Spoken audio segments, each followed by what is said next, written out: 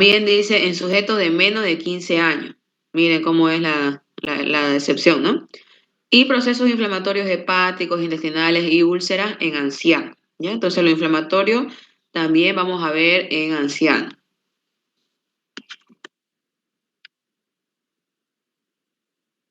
El sexo ejerce una influencia evidente. En el hombre abundan las neoplasias de labio y lengua, excepcionales en mujeres que no fuman. Entonces se ha visto últimamente, ¿no? Han visto en las noticias que ha habido un ascenso de casos de neoplasias bucales, justamente por los pacientes tabaquistas o los que oliquean coca también, ¿no? En nuestro medio.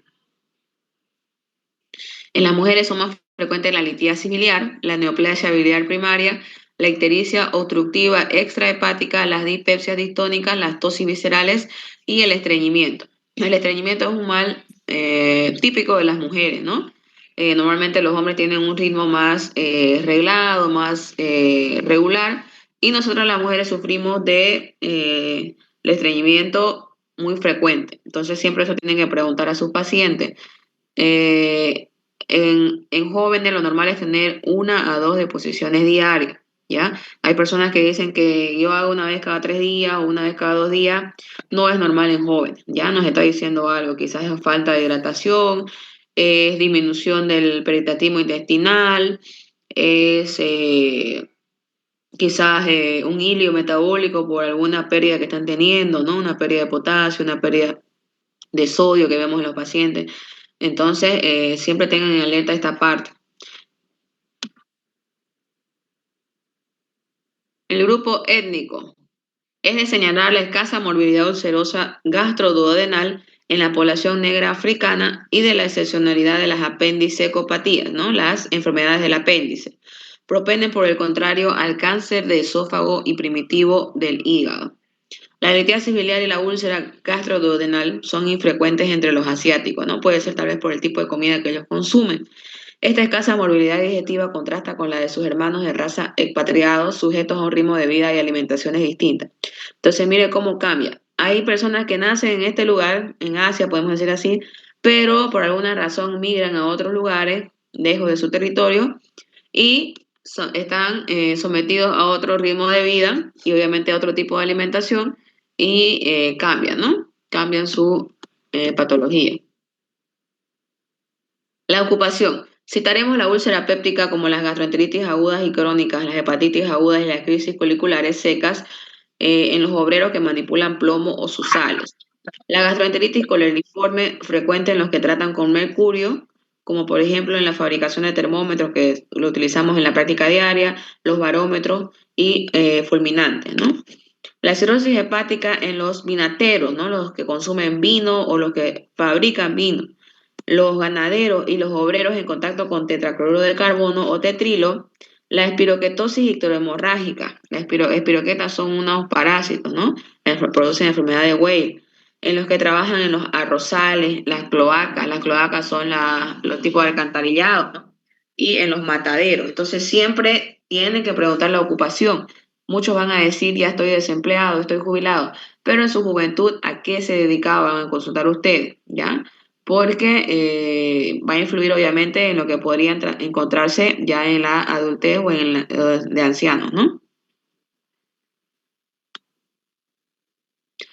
Las profesiones con gran responsabilidad, dice, y tensión psíquica, como los directores de empresa, médicos, cuentan con la producción y recurrencia de la úlcera péptica gastroduodenal, típico de las profesiones que ejercen mucho estrés, ¿no? Eh, Cólico esofágico, colon irritable, que es una enfermedad inflamatoria también, brotes agudos de colitis ulcerosa. El lugar de residencia. La úlcera gastroduodenal es tan rara en Alaska, en los bautes de África, como frecuente en el mundo occidental. La incidencia del cáncer digestivo es mayor en los habitantes de terrenos de aluvión ricos en materias orgánicas que sobre suelos arenosos y arcillosos. Las áreas de máxima infestación del quiste hidatídico, es un parásito que se aloja en el hígado, coinciden con aquellas en las que más abunda el ganado vacuno. Normalmente lo portan este tipo de parásito las vacas y los chanchos, ¿no? La parasitosis digestiva, como la mebiasis, están muy extendidas en los países tropicales, con escasos medios económicos o ambos, como es el caso de África, algunas regiones de Brasil y América Central. Tienen un clima muy tropical, ¿no? Obviamente, si hablamos de aparato digestivo o de gastro, tenemos que hablar del tipo de alimentación, ¿no? En lo que se refiere a los hábitos alimentarios, se sabe que el estudio de la dieta elegida espontáneamente por una persona puede decirnos mucho sobre esta, por cuanto en la mayoría de los casos no es la consecuencia de un proceso educativo, sino por el contrario el resultado de factores fisiológicos involuntarios que dirigen nuestros gustos por encima de hábitos y convicciones. Se han visto estudios o se han realizado estudios en los que nos dicen que tenemos una especie de neuronas en el intestino, ¿ya? Entonces, nosotros comemos lo que deseamos. Entonces, eso es parte de una fisiología propia de cada persona, ¿ya? Van a haber personas que por más que ustedes les inviten dulces, no van a recibir, no les va a gustar, ¿no? Y es parte de su fisiología y justamente por estos receptores sensoriales que tenemos en los intestinos, ¿ya? Que funcionan como una especie de neuronas que nos van a inducir por cierto tipo de alimento, ¿ya? Entonces, vamos a ver. Y se ha visto que no tiene mucho o no tiene casi nada que ver con lo que nos educan nuestros padres, ¿no? Normalmente hay padres veganos, padres vegetarianos que quieren inducir a los hijos y muchas veces no es posible. ¿Por qué? Porque cada persona nace con algo diferente o algo ya predefinido, ¿no? Que se llaman los factores filogenéticos, ¿ya? Que ya son propios de ellos. Hábitos de vida es aconsejable un breve descanso después de las comidas, ¿no? En especial si son muy copiosas, es decir, si son muy pesadas y cuando es verano, por acompañarse de cierta lasitud y somnolencia, ¿no? Es típico que cuando después que comemos una comida pesada, un churrasco, no sé, algo que implique bastante carbohidrato, nos da, ¿no? Lasitud quiere decir llenura o plenitud, un estilo de hinchazón y somnolencia, ¿no? Son notables ventajas de la típica siesta española en plena canícula. Entonces, es parte de una cultura, ¿no? En España dice que es sagrada la siesta, que tienen que realizar tanto trabajadores como personas normales o que no trabajan para poder continuar su jornada, ¿no? Es inútil insistir en los inconvenientes de una vida irregular. Obviamente sabemos todo, ¿no? Y por cultura general, que el comer y el beber desordenado, el no respetar los horarios, el comer mucho o comer poco, o abusar de lo que es el tabaco, el alcohol y las drogas, va a influir en nuestro tubo digestivo, ¿no? También tenemos que preguntar los antecedentes familiares. Ya es conocida la especial predisposición familiar frente al cáncer y la úlcera duodenal. ¿Ya? Siempre tienen que preguntar, en su familia no hay antecedente de cáncer, no hay antecedente de úlcera, ¿ya? O de gastritis, quizás el paciente no se va a acordar el término úlcera, pero le van a preguntar gastritis, ¿ya? Algunos autores hablan de una enfermedad ulcerosa familiar cuya existencia se ve confirmada por el hallazgo de úlceras duodenales en gemelos univitelinos con una sorprendente semejanza en su evolución, sintomatología, localización e incluso complicaciones o en numerosos miembros de una misma familia. ¿Ya? Entonces, también vamos a encontrar este tipo de patologías que se llaman familiares. Lo vamos a encontrar en toda la familia. Me dan un minuto, por favor.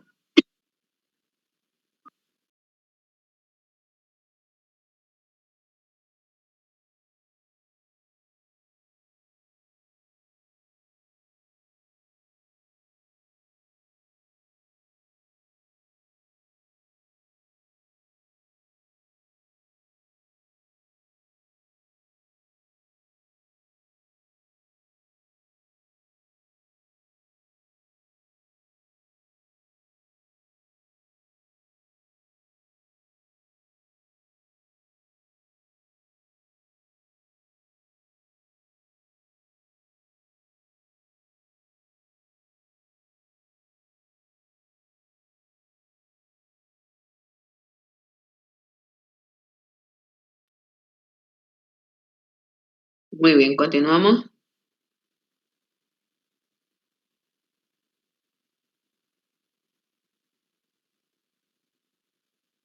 El interrogatorio, entonces, bien conducido, nos va a indicar, en primer lugar, si la enfermedad que sufre el paciente es primitiva, o sea, no ligada por un vínculo de dependencia con otra que asientan con anterioridad en una víscera de otro aparato, por ejemplo, el cáncer de estómago, la úlcera gastrodenal o una colitis ulcerosa.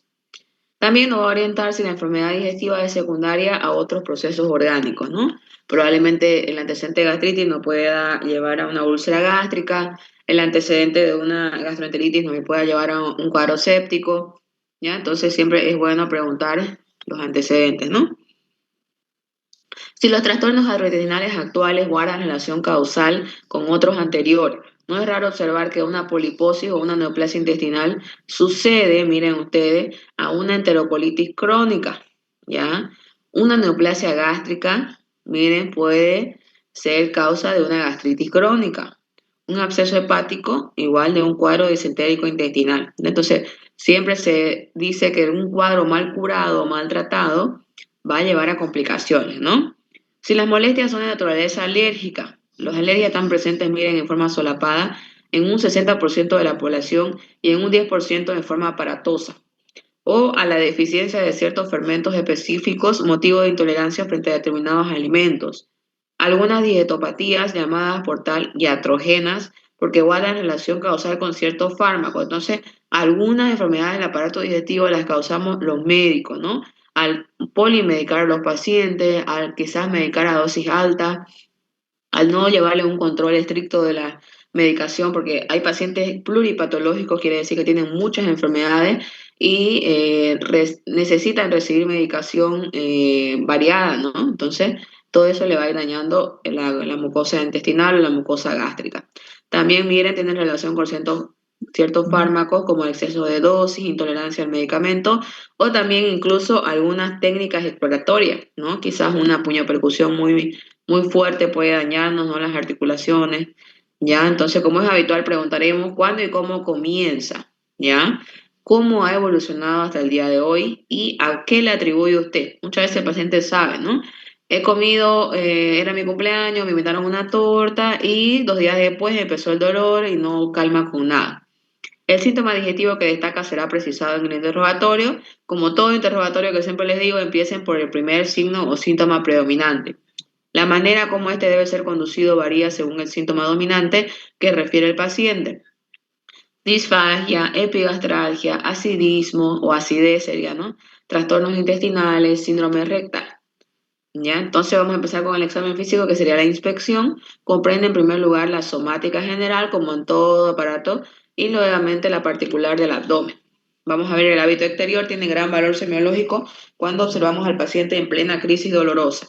En los procesos esofágicos severos y duraderos, con dificultad para la deglución, como en la disfagia, es llamativa la desnutrición y la palidez. El enfermo traga pequeñas porciones de alimentos, ayudándose con sorbos de agua. Si el bolo alimenticio se fija, que se llama la impactación, pretende hacerlo avanzar disponiendo la cabeza en una posición determinada, como la hiperextensión o la flexión lateral, mientras se ejerce presión con los dedos sobre el cuello o pequeños golpes sobre el esternón. Entonces el paciente sabe cómo normalmente manejarse ese momento, ¿no? Las neoplasias gástricas malignas o que estenosan el píloro alteran de manera evidente el estado general. En ciertos casos, el dolor de las úlceras gástricas o duodenales exteriorizadas se alivia con la posición encogida fetal y presionando el vientre con las manos abiertas o los puños. Lo propio se observa en el dolor cólico intestinal. Las posturas que puede adoptar el paciente para aliviar sus molestias son muy variadas. En ocasiones, miren, el decúbito lateral izquierdo pone la cabeza baja, doblando el tronco, o la posición genupectoral que veíamos que era la plegaria maometana, ¿no? También va a influir el hábito exterior. En el cáncer de páncreas y en la pancreatitis crónica, el dolor es mayor cuando el enfermo está acostado y se puede aliviar poniéndose de costado y doblando las rodillas, parándose o sentándose y doblándose hacia adelante. En los procesos dolorosos de los márgenes del ano, como abscesos, trombosis, hemorroides, el sujeto, miren, se va a sentar, se sienta de una manera peculiar o bien rehúsa hacerlo después de coger una silla dura o lo hace con sumo cuidado apoyándose sobre una nalga con objeto de no presionar la zona afecta. En la enfermedad celíaca del adulto llama la atención la pérdida de peso, a veces enmascarada por los edemas, la distensión abdominal y alteraciones en la pigmentación bajo 3 patrones distintos. Un cloásmico, miren, un adicionano, que son las manchas de la mucosa oral indistinguibles del Addison, y el peligroide en las zonas expuestas a la luz. La fascia. Entre las más características de padecimiento digestivo vamos a citar la hipocrática. Se señala en afecciones peritoneales agudas, una peritonitis aguda o en un shock. Su significado ominoso, quiere decir su significado grave, no es ignorado por los clínicos desde hace años, ¿no? Se define, miren, tomen atención, la fascia hipocrática. La nariz y demás rasgos fisionómicos afilados. Ojos hundidos en las órbitas, rodeados de un halo oscuro. La piel de color terroso pálido. Sudan frío, pegajoso, cianosis de las mucosas y partes distales, la lengua seca y cubierta de una capa de saburra negruzca y los labios a su vez, miren, muy secos por la deshidratación, obviamente están en shock y con múltiples grietas.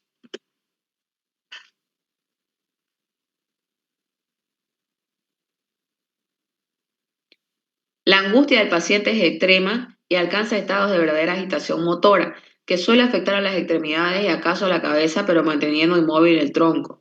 El sensorio suele mantenerse despejado hasta el final. Luego tenemos la neoplasia o tumor maligno.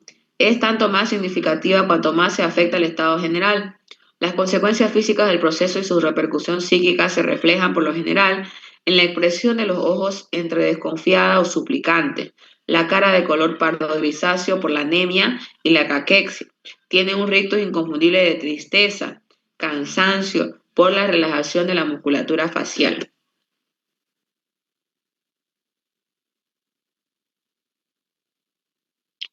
La fascia ulcerosa. Las molestias ulcerosas y la pérdida de peso arrugan la frente y hunden las mejillas. Los ojos están abiertos y brillantes con un temblor papilar y pupilas dilatadas, ¿no? Por el dolor. El mal humor que produce la úlcera se traduce en la fascia, en la estenosis pilórica con gran ectasia gástrica y a causa de la resorción de productos tóxicos, la piel adquiere un tinte terroso como melanodérmico. La ictérica depende de varios factores, como es el tinte cromático, a su vez en relación con la cantidad y origen hemolítico, hepatocelular obstructivo, del pigmento biliar y la coloración normal, pálida, sonrosada, de la piel de la cara, el estado de nutrición es bueno, si el proceso icterígeno es reciente y poco grave, la expresión animada, quejumbrosa o comatosa. Luego tenemos la cirrótica, con posible hiperplasia bilateral de las parótidas, es importante esta hiperplasia, un estigma de los bebedores empedernidos, ¿no? Esos bebedores crónicos. El párpado superior suele estar retraído con un pseudo exoftalmo. Miren, tomen atención, es un falso exoftalmo, ¿no? ¿Por qué? Porque el párpado se retrae, la conjuntiva se pone ictérica. Son constantes pequeñas dilataciones estelares como arañas, las spiders, o lineales como las telangiectasias o culebrillas en la frente, miren, en los pómulos, en el dorso de la nariz, en el cuello y en la parte superior del tórax. Ahí vemos las arañas vasculares de un paciente cirrótico, típico, ¿no? Si ven este tipo de lesión, no duden que ese paciente es un cirrótico o si no les refiere ningún antecedente, ustedes pueden pensar hasta que les está mintiendo, ¿no? Entonces tienen que tomar atención.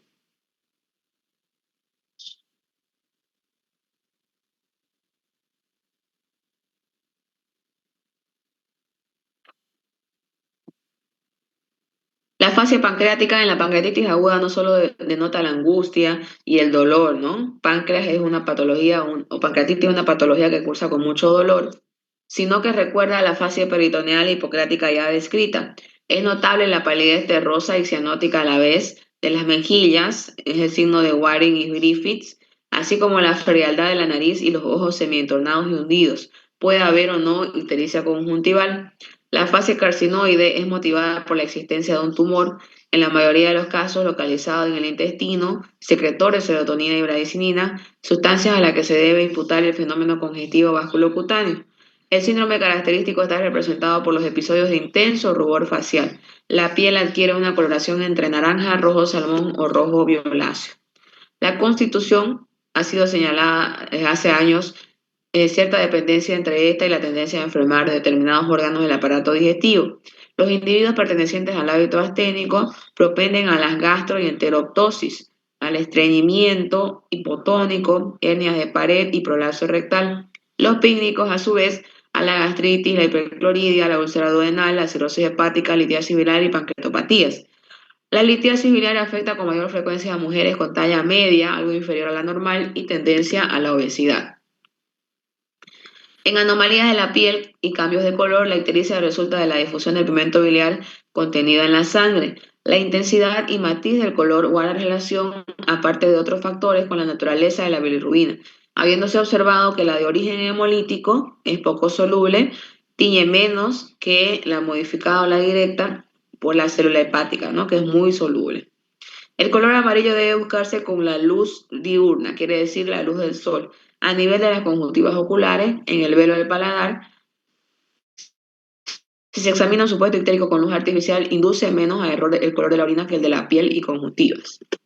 También vamos a encontrar el famoso eritema palmar, que es el enrojecimiento de las eminencias tenar e hipotenar con aspecto moteado, ¿no? Como si fueran puntitos, en ocasiones extendidos a las yemas de los dedos, sobre todo el pulgar y el meñique que están cerca de estas eminencias. Puede acompañarse de pequeñas telangiectasias y signos mundiales como fragilidad, incurvación en vidrio de reloj, que ya hemos visto también en patología neumológica, y desaparición de la lúnula. Se observa, miren, en la cirrosis hepática.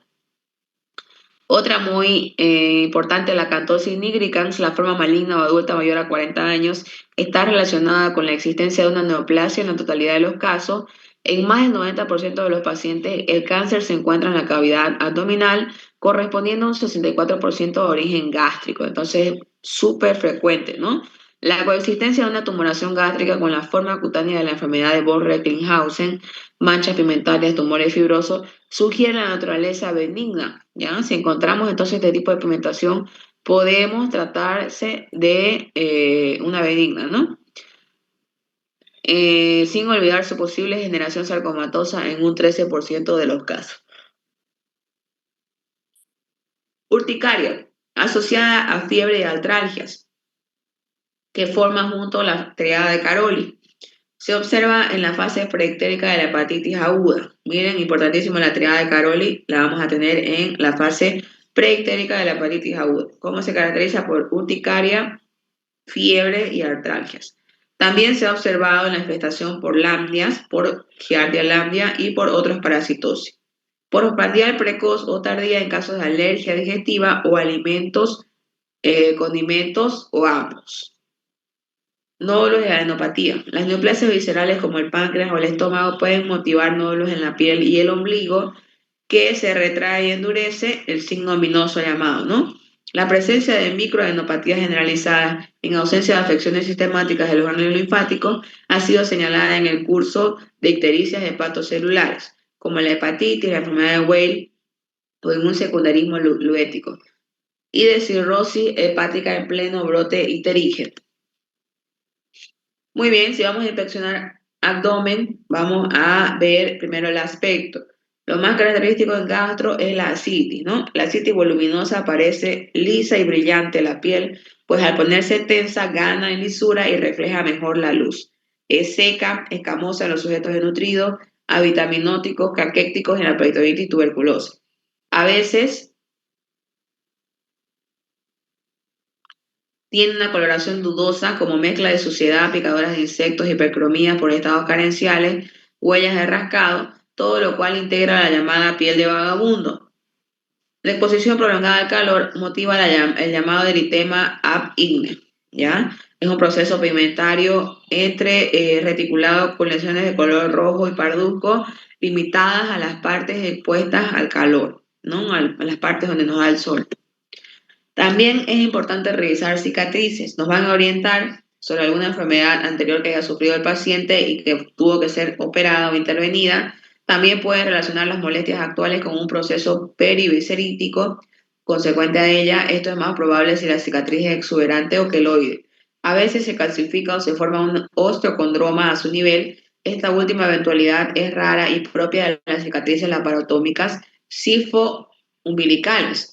No aparece por debajo del ombligo ni en las oblicuas o transversales. La circulación venosa subcutánea, poco visible normalmente aún en los sujetos delgados y con escaso panículo adiposo, su desarrollo anormal señala un obstáculo en la circulación venosa de retorno. En la hipertensión portal, las venas se dirigen hacia afuera, dirección centrífuga, en forma radial a partir del ombligo, la circulación en cabeza de medusa por la semejanza de las mallas venosas con los tentáculos del cementerio llamado comúnmente en ortiga de mar. Y ahí vemos entonces la circulación colateral por obstrucción de la vena porta, es muy frecuente en cirrosis hepática igual, vamos a ver en los abdómenes de los pacientes. Tienen una distribución centrípeta, dice, ¿no? Esta es una circulación, miren, colateral diferente, es por obstrucción de la vena cava inferior. Entonces, la de la vena porta tiene, miren, una forma de dentro hacia afuera, pero de la vena cava inferior es de abajo hacia arriba, ¿ya? Para que no nos confundamos. El abdomen globuloso o prominente en la obesidad, la procedencia del abdomen es debida al grosor, ¿no?, de sus paredes y a un cierto grado de meteorismo. En las multíparas con débil musculatura abdominal y distensión cutánea, la piel es relajada, con estrías y grietas. En los sujetos de ambos sexos con rápida pérdida de peso, la piel del abdomen va a caer y se va a deslizar a modo delantal, alcanzando y rebasando el pubis. Y se va a llamar el famoso abdomen en péndulo o en delantal. Entonces ahí vemos, miren, el perfil del abdomen. El primero es una distensión generalizada con un ombligo deformado. Tenemos la distensión generalizada con un meteorismo reciente. La C tenemos un abdomen deprimido, ¿ya? Puede ser en la desnutrición. La D tenemos un abdomen con distensión de la mitad inferior, que puede ser, miren, un embarazo, un tumor ovárico, retención urinaria, distensión del tercio inferior, un fibroma de útero, ¿no? Y por último, la última, es la distensión de la mitad superior, que puede ser por dilatación gástrica, puede ser por quiste pancreático o carcinomatosis.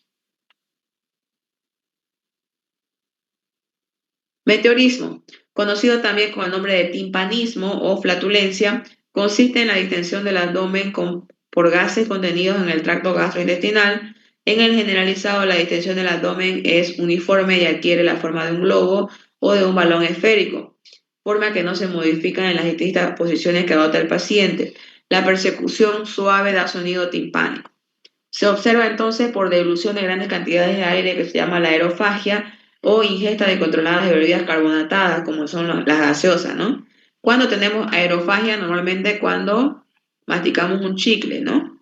Ingerimos bastante aire. Por exceso de fermentaciones o putrefacciones, producción exagerada de gases. Cuando comemos comidas que pueden fermentarse rápido, ¿no?, como son los frijoles y todo lo demás, nos generan gran producción de gases.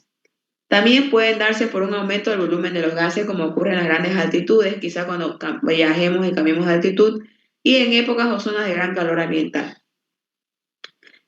Como cuarto lugar tenemos por defecto de resorción de los gases intestinales, ya sea por una estasis portal o en la cirrosis hepática en una fase preacítica. Como quinta causa, en la pared intestinal con dificultad la progresión del gas a lo largo del tubo digestivo, como en el hilo paralítico, la peritonitis o el cólico nefrítico, en la oxalemia e hipopotasemia, y como signo integrante del síndrome de la tensión premenstrual. Como última tenemos las alergias digestivas, que producen bastante meteorismo, las parasitosis intestinales, quizás una inadaptación escolar o laboral, el abuso de la posición sentada, de bebidas carbónicas que veíamos, y la tensión psíquica ambiental. Entonces, la palpación es un método exploratorio muy valioso, nos informa sobre el estado de la pared y de las vísceras contenidas en el abdomen, comporta dos tipos de palpación, la superficial y la profunda, requiere habilidad manual y gran experiencia, obviamente, que solo se adquiere con una práctica dilatada. A semejanza del tórax, con objeto de facilitar la localización de las vísceras y de los procesos patológicos, se ha dividido el abdomen en un cierto número de regiones anatómicas, que para establecer la topografía abdominal se utilizan dos líneas de referencia horizontales cruzadas por dos verticales, entre las cuales quedan limitadas las regiones del abdomen. Tomen nota, por favor, esto es importante, las regiones del abdomen, ¿ya? Vamos a trazar, dice, dos líneas horizontales que van a partir la primera por debajo del reborde costal, ¿ya? Y una segunda línea horizontal que vamos a tomar como referencia ambas espinas ilíacas anterosuperiores, ¿no? Si podemos palparnos, tenemos ahí las espinas ilíacas anterosuperiores, vamos a trazar una línea horizontal a través de ellas. Y las líneas verticales van a pasar la una por la línea medio clavicular, ¿ya? De un lado y del otro. Ahí se van a formar 9 cuadrantes, ¿ya? Que el primero va a ser el hipocondrio derecho, que vamos a tener el hipocondrio derecho el hígado, el colon y la vesícula, ¿no? También dice que vamos a tener parte del riñón derecho, la glándula suprarrenal derecha. El epigastrio, que viene a ser la parte superior, y del medio, que va a tener gran porción del estómago, ¿no? También duodeno, hígado, páncreas, arteria aorta, vena cava inferior y plexo ciliar. El hipocondrio izquierdo, parte del estómago, el gran vaso, ¿ya? El ángulo esplénico del colon, el páncreas, ¿no? En su cola, el riñón izquierdo en su polo superior, la glándula suprarrenal izquierda. El mesogastrio, que viene a ser el área del centro, vamos a tener el mesogastrio, el estómago, el duodeno, el yeyuno, páncreas, pelvis, los ureteres también van a salir por acá, el mesenterio, que es la capa de grasa que recubre, ¿no? Los intestinos, la arteria aorta y la vena cava inferior. El flanco derecho, que contiene el colon ascendente, el riñón en su polo inferior, el flanco izquierdo, el colon descendente, el hipogastrio, que tiene intestino delgado, colon sigmoideo, vejiga y ureteres, la fosa ilíaca derecha, ciego, apéndice hilo terminal y la fosa con el colon sigmoideo. Muy bien, entonces hasta aquí terminamos lo que es la entrevista, el examen, la inspección y entraríamos a la palpación, ¿ya? Entonces ya saben su fecha de examen, por favor, 13 de septiembre a las 7 de la mañana. Entramos hasta gastro, que ya lo hemos empezado ahora, ¿ya? Así que vayan repasando, por favor. Eh, Pregunten sus dudas. Ya nunca se queden con dudas. A veces en la práctica les pregunto y ya no han entendido, me dicen. Entonces, aquí en teoría van a tener que decirme que no entienden para que lo repasemos. Tenemos más tiempo, más tranquilo.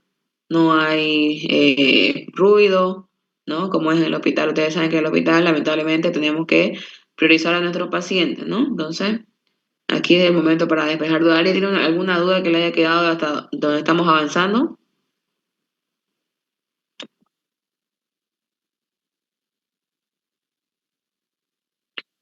Muy bien, entonces los dejo chicos que tengan un buen descanso. Nos vemos mañana con los de práctica y el lunes en teoría. ¿Ya? Buenas noches.